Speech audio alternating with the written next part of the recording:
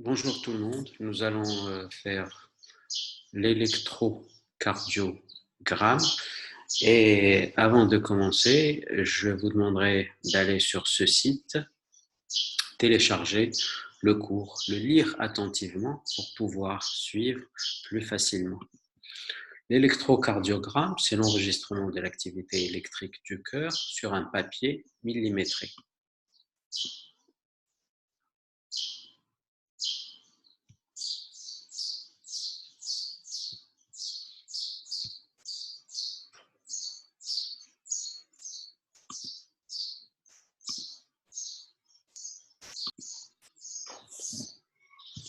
Et donc, l'électrocardiogramme est l'enregistrement de l'activité électrique du cœur sur un papier millimétré. L'abréviation internationale, c'est ECG. Parfois, dans les anciennes publications, nous pouvons lire EKG. Nous allons faire un petit rappel sur l'activation du cœur. Savoir que le cœur contient des cellules qui sont douées d'automatisme. L'automatisme le plus rapide et l'automatisme dominant en principe sur un cœur, c'est l'automatisme du nœud sinusal. Ce sont des cellules un peu particulières situées en haut et à droite de l'oreillette droite. Elles ont la capacité de décharger ou de s'autostimuler entre 50 et 100 fois par minute au repos. Et en fonction des détecteurs de pH, d'oxymétrie ou de température, peuvent augmenter cette fréquence jusqu'à une fréquence théorique maximale de 220 moins l'âge de la personne. Et donc, un patient de 20 ans, ça serait 220 moins 20. Il pourrait augmenter sa fréquence cardiaque à jusqu'à 200 battements par minute. Lorsque ce nœud sinusal va décharger, donc va décharger des potentiels d'action qui vont se propager de proche en proche sur les deux oreillettes, donnant un vecteur commun qui va se diriger en bas et à gauche. Arrivé au niveau du plancher interauriculo-ventriculaire, qui est un plancher fibreux et qui ne conduit pas, cette stimulation va s'arrêter. Pour pouvoir être transmise au niveau des ventricules, il faudrait qu'elle s'engouffre dans un petit trou sur ce plancher qui contient des cellules un peu particulières. Ce sont les cellules du nœud auriculo-ventriculaire. Elles ont la capacité, lorsqu'elles reçoivent cette stimulation, de la maintenir un petit peu avant de la transmettre, ce qui va permettre de réaliser un délai entre la stimulation des oreillettes et donc la contraction des oreillettes et la stimulation des ventricules et donc la contraction des ventricules. Ensuite, cette dépolarisation qui sera transmise grâce au faisceau de His avec ses branches droite, gauche, antérieure, postérieure jusqu'au myocarde ventriculaire, et la liaison entre ce faisceau de His et le myocarde ventriculaire se fait grâce à un réseau de Purkinje. Ce réseau, il est étalé au niveau de tous des deux ventricules. Les deux ventricules reçoivent la stimulation, la dépolarisation au même moment, à quelques millièmes de seconde près. À savoir que le septum interventriculaire sera le premier à être dépolarisé de la gauche vers la droite. Ensuite, c'est les deux ventricules qui seront dépolarisés avec un vecteur commun de dépolarisation des deux ventricules qui se dirigera vers la gauche puisque le ventricule gauche est plus épais et demandera plus et développera plus d'activité électrique pour sa contraction.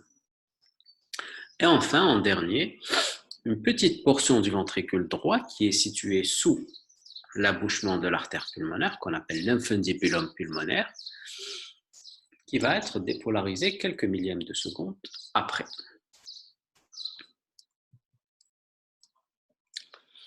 La nomenclature de l'ECG.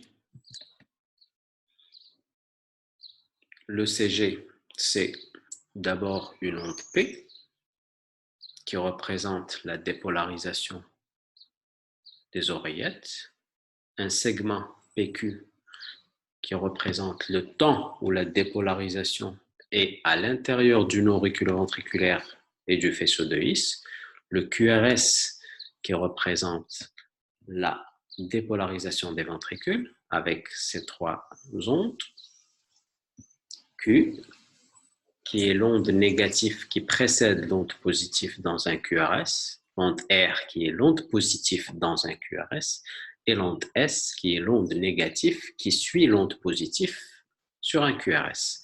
Si nous avons une seconde onde positive, ça serait R', une seconde onde négative, ça serait S'. Ce point-là de jonction entre les oreillettes et les ventricules, c'est ce qu'on va appeler le point de jonction entre le QRS et le segment ST, on va appeler le point J. Le segment ST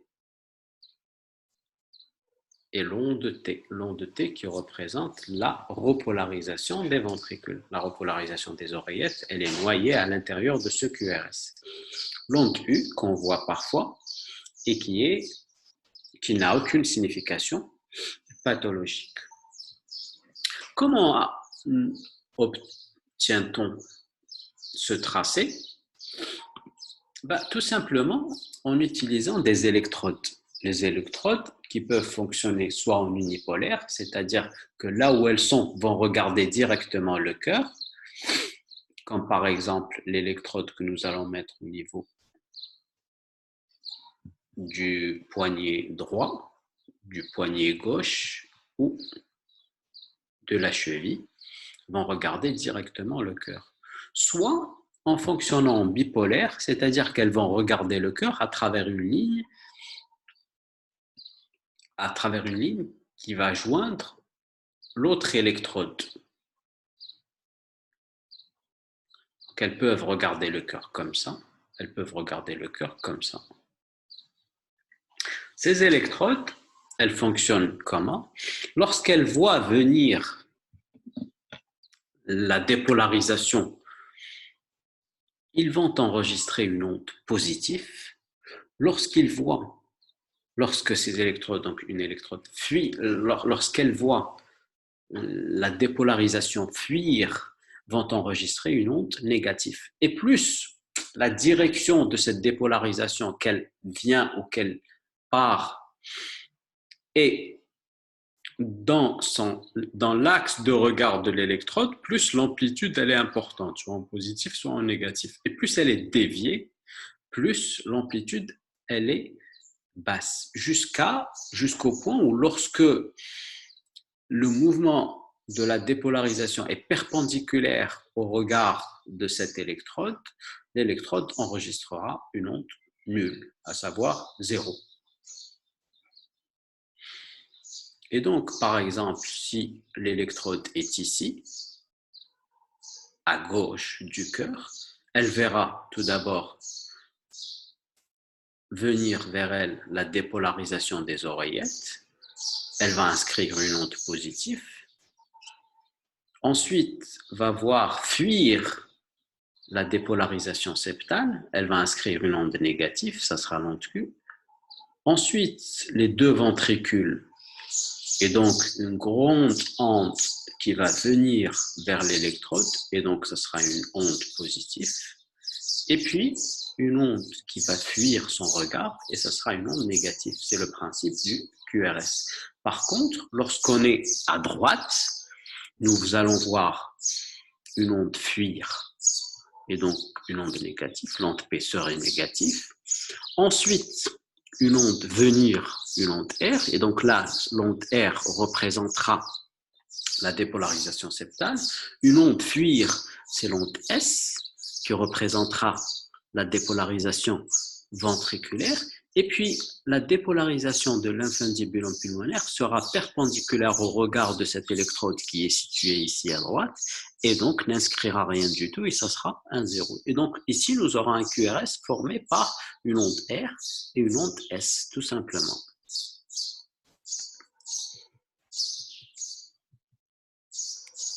Je reviens à la méthode d'enregistrement, il nous faut, ça c'est la photo du premier ECG et vous voyez qu'il se faisait juste avec les 3 électrodes qui c'était des bassines plutôt au niveau des 2 mains et du pied gauche, le pied droit étant posé par terre. Actuellement, les appareils sont plus compacts et avec plus d'électronique. Alors, pour enregistrer un électrocardiogramme, il nous faut tout d'abord un patient.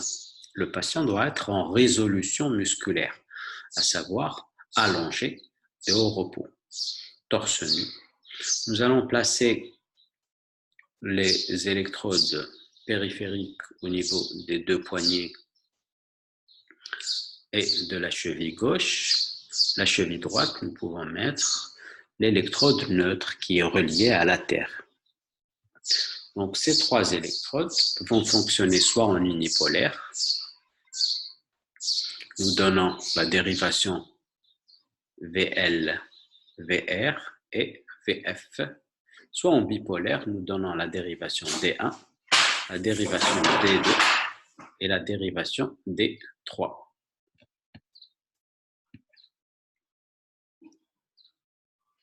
Et puis, nous avons des électrodes précordiaux que nous allons mettre au niveau du précordium à des emplacements bien précis pour analyser le plan horizontal. Tout à l'heure, c'était le plan frontal avec les 6 dérivations périphériques. Là, c'est le plan horizontal. Le plan frontal, c'est haut, bas, droite, gauche. Le plan horizontal, c'est antérieur, postérieur et toujours droit, gauche. Ça sera V1, quatrième espace intercostal parasternal droit, V2, quatrième espace intercostal parasternal gauche, V3 entre V2 et V4, V4, cinquième espace intercostal, la ligne médioclaviculaire, V5, cinquième espace intercostal, ligne axillaire antérieure, et V6, cinquième espace intercostal, la ligne axillaire moyenne. En tout, nous allons avoir 12 dérivations. Et l'électrocardiogramme standard comporte 12 dérivations. Nous pouvons ajouter d'autres dérivations, comme par exemple les dérivations droites ou les dérivations postérieures. Ces électrodes, nous avons vu comment elles fonctionnaient. Maintenant, elles vont être reliées à cet appareil grâce à des câbles. Et cet appareil, il a la particularité où il est réglé pour pouvoir inscrire une onde positive ou négative lorsqu'il perçoit une activité électrique avec l'étalonnage suivant, 1 millivolt par centimètre, et il va faire dérouler le papier millimétré à 25 mm par seconde. Ce papier millimétré, il est caractérisé par des petits carreaux de 1 mm sur 1 mm et des gros carreaux de 5 mm sur 5 mm.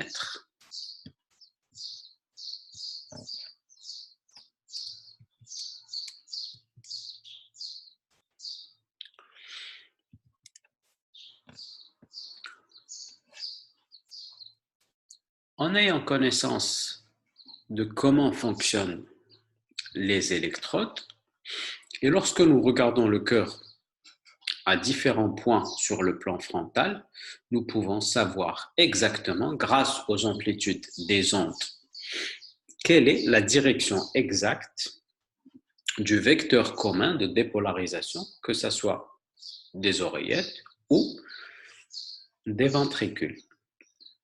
Et pour cela, pour avoir une projection dans l'espace avec des degrés, nous allons utiliser le double triaxe de Bailey qui nous dit que le 0 degré se situe au niveau de D1 et que tout ce qui monte, c'est en négatif et tout ce qui descend, c'est en positif. Vous voyez la projection des différentes dérivations. Enfin, nous arrivons à la méthode d'analyse de l'électrocardiogramme. Nous allons prendre l'exemple de cet électrocardiogramme et nous commençons. Étape 1, la date et l'identification.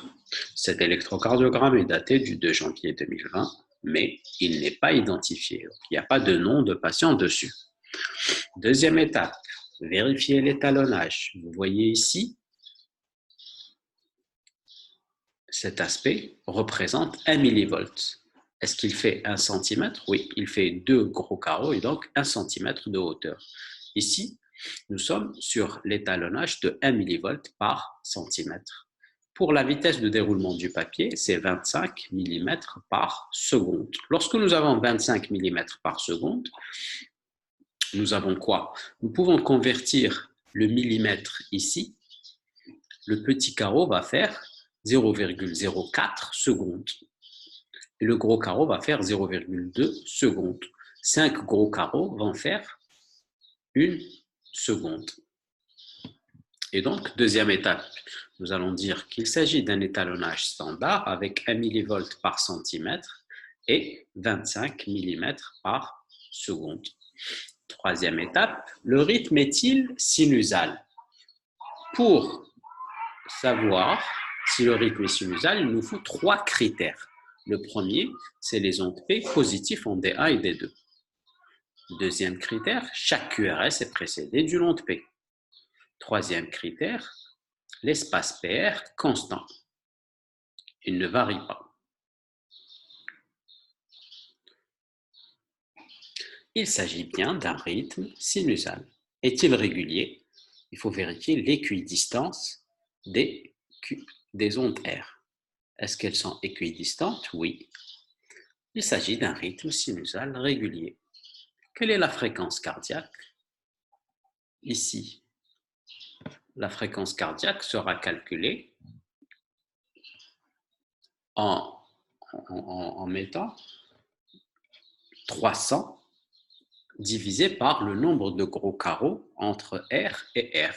Ici, il y a 1, 2, 3, 4 gros carreaux, 5 gros carreaux, disons 4 petits carreaux. Donc 4 gros carreaux et 4 petits carreaux. Ça nous fait 4,8 gros carreaux. 300 divisé par 4,8 va nous donner à peu près 64 ou 66. 64, je crois. Je continue.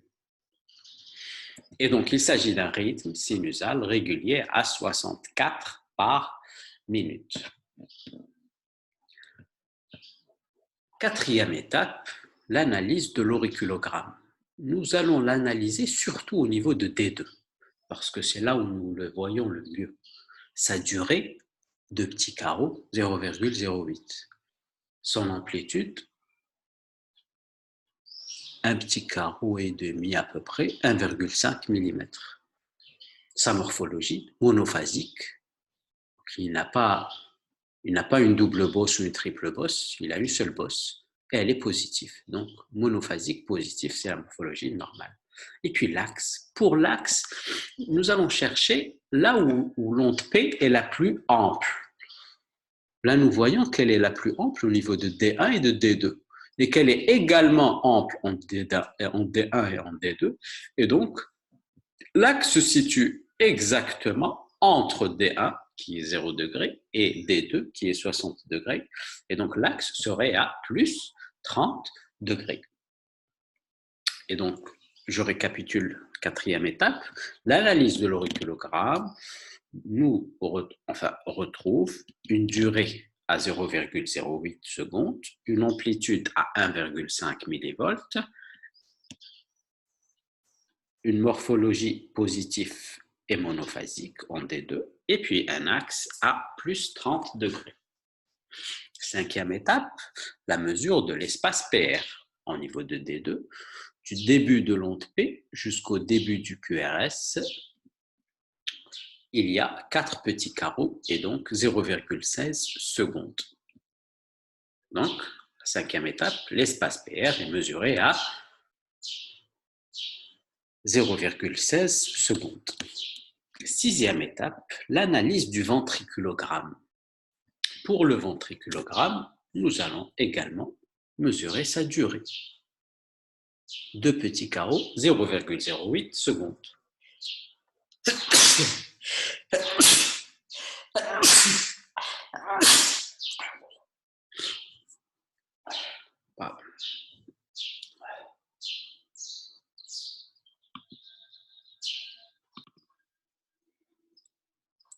Et donc, je disais, avec la mesure de la durée du QRS, nous allons mesurer la déflexion intrinsècoïde droite, qui est la durée du début du QRS jusqu'à son dernier sommet, où la déflexion intrinsècoïde droite se mesure en VA, la déflexion intrinsècoïde gauche se mesure en V6. Et donc, la déflexion intrinsècoïde droite, du début du QRS jusqu'à son sommet, ça fait à peu près la moitié d'un petit carreau, et donc 0,02 secondes. La déflexion intrinsècoïde gauche, du début du QRS jusqu'à son sommet, ça fait à peu près un petit carreau, et donc 0,04 secondes. L'amplitude, en fait, il n'y a pas vraiment une amplitude sur les QRS, mais plutôt des indices. L'indice de Lewis, c'est R en D1 plus S en D3, moins l'inverse, R, S en D1 plus R en D3. Et donc, ça nous fait ici 9 plus 0, moins 0, plus à peu près 7. Donc, 9 moins 7, ça nous fait plus 2. Nous sommes dans les normes. La norme, c'est moins 14 plus 17. L'indice de Sokolov, c'est S en V1 plus R en V5 ou en V6, là où c'est le plus ample. Et donc, nous avons ici à peu près 10 S, et donc ici, nous avons à peu près 12. Donc 10 plus 12, 22. L'indice de Sokolov est à 22, il est inférieur à 35, il est normal. L'indice de Cornell, c'est S en V3. Ici, ça nous fait 5, 8, donc ça fait 8, plus R en AVL, 1. 8 plus 1, 9. L'indice de Cornell est à 9, il est inférieur à 20 lorsqu'il s'agit d'une femme, inférieur à 25 lorsqu'il s'agit d'un homme. Là, il est à 9, il est donc dans les normes. Et donc, après les indices, la morphologie. La morphologie, il faut vérifier la morphologie au niveau de V1. Il faudrait qu'il y ait un petit r et un grand S avec R inférieur à S. Au niveau de V5, il faudrait qu'il y ait un R supérieur à un S, au S. Là, le S est à 0, donc le R il est forcément supérieur au S. Et au niveau de V6, il faudrait que R soit supérieur à 2 fois S. C'est le cas. Puis vérifier la zone de transition. La zone de transition, c'est l'endroit où, c'est la dérivation où le R devient supérieur au S. Ici, c'est en V4. Après la morphologie, c'est l'axe. Je reviens sur les dérivations standards, D1, D2, D3, AVR, AVL et AVF. Je vérifie là où mon QRS est le plus ample. Ici, c'est au niveau de D2. Donc, mon axe tend vers D2. Est-ce qu'il tend vers D2 un petit peu vers D1 ou est-ce qu'il tend vers D2 un petit peu vers D3? Là, si nous comparons l'amplitude de D1 et de D3, on remarque qu'elles sont quasiment pareilles, si ce n'est 1 millimètre de plus au niveau de D1. Donc, c'est un petit peu plus proche de... en fait, c'est entre D1 et D2, mais c'est beaucoup plus proche de D2. Comme D2 mesure 2 fois D1, donc c'est 2 fois plus proche de D2 que de D1, ça serait plutôt vers les 40 ou les 50 degrés.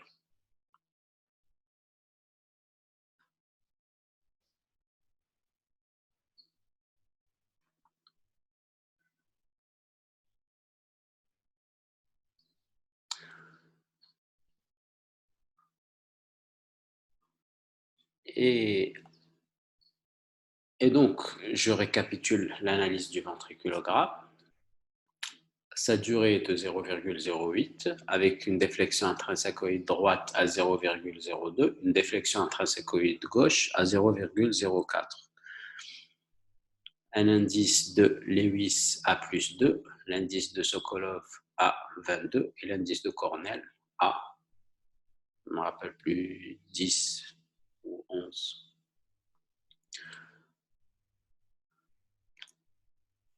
La morphologie petit r grand S en V1, grand R en V5 et V6, avec une zone de transition en V4.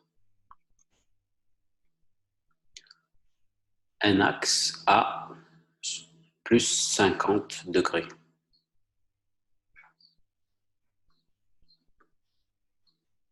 L'analyse, donc sixième étape, l'analyse de la repolarisation.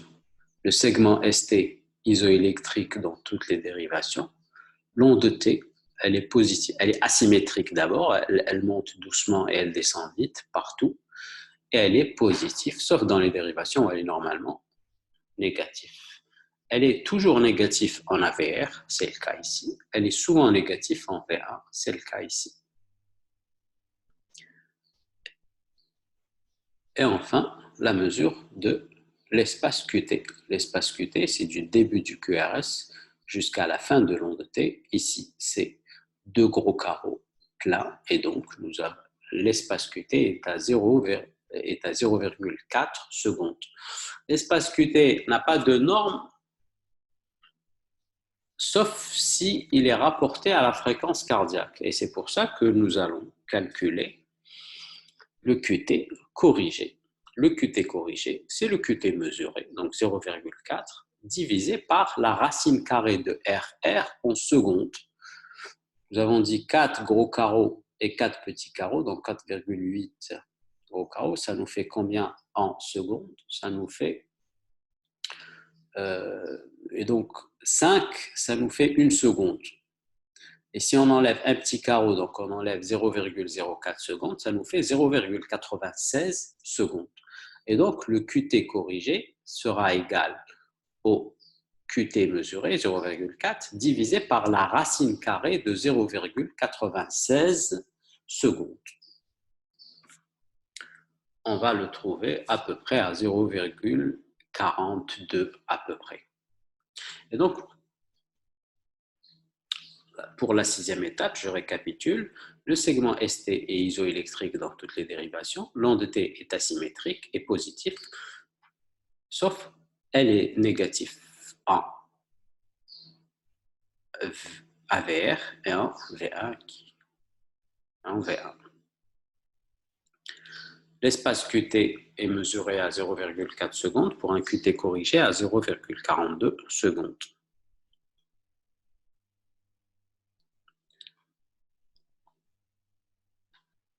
Enfin, nous avons fini. Et donc, pour ce qui est de l'étude synthétique, nous allons reprendre dans l'étude synthétique qu'il s'agit d'un électrocardiogramme qui s'inscrit en rythme sinusal régulier à 62 ou à 64 par minute. Et puis, nous allons réfléchir en silence. Est-ce qu'il y a quelque chose qui sort de la norme? Non. Et donc, on dira dans les limites de la normale. Et je vous remercie.